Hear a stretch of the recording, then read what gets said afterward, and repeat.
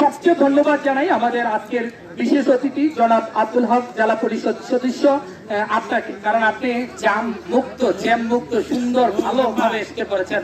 এবং ফরিদুদ্দিন সাহেব বীর মুক্তিযোদ্ধারা আমাদের সবসময় সম্মানের জায়গা থেকে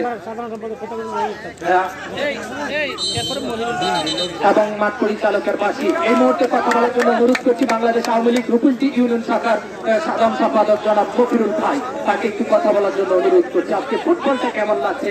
এত সুন্দর একটি প্লিজ ইতিমধ্যেই আপনাদের আচরণে আমাদের উপজেলাবাসী কিন্তু অনেক কঠিন সিদ্ধান্ত নিতে যাচ্ছে। যদি আপনারা শান্ত মেজাজে সুন্দরভাবে ভালো না খেলেন তাহলে এই মাটিতে হয়তো আপনাদেরকে আমরা দেখতে পাবো না।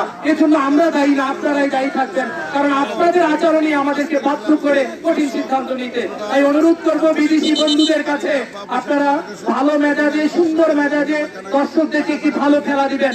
আপনারা জানেন কিনা জানি না, যদিও দুটি দল মাঠে প্রতিদ্বন্দ্বিতা করে কিন্তু মাঠের বাইরে কিন্তু তারা বন্ধুত্বপূর্ণ সম্পর্ক থাকে, ভালোবাসার বন্ধনে আবদ্ধ থাকে। কোনো অবস্থাতেই তারা প্রতিদ্বন্দ্বী নয়। বাহিরে খেলার মাঠে দর্শকদেরকে বিনোদন দেওয়ার জন্য দুটি দলে বিভক্ত হয়, অন্যথায় এই বাঞ্ছারামপুর এবং আমাদের নবীনগরের মধ্যে কোনো বিন্দু মাত্র ফারাক নেই। আমরা দুই উপজেলাবাসী একটা করতালি দিয়ে স্বাগত জানাই আজকের এই খেলা আয়োজক কমিটিদেরকে।